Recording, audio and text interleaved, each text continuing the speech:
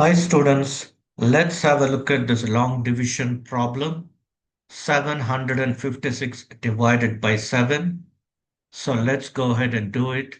7 ones are 7.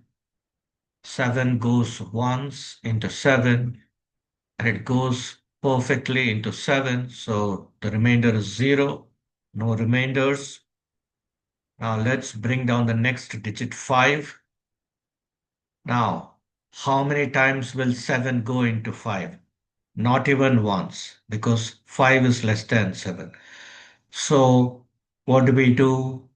We can say that 7 goes 0 times into 5. 7 zeros are 0.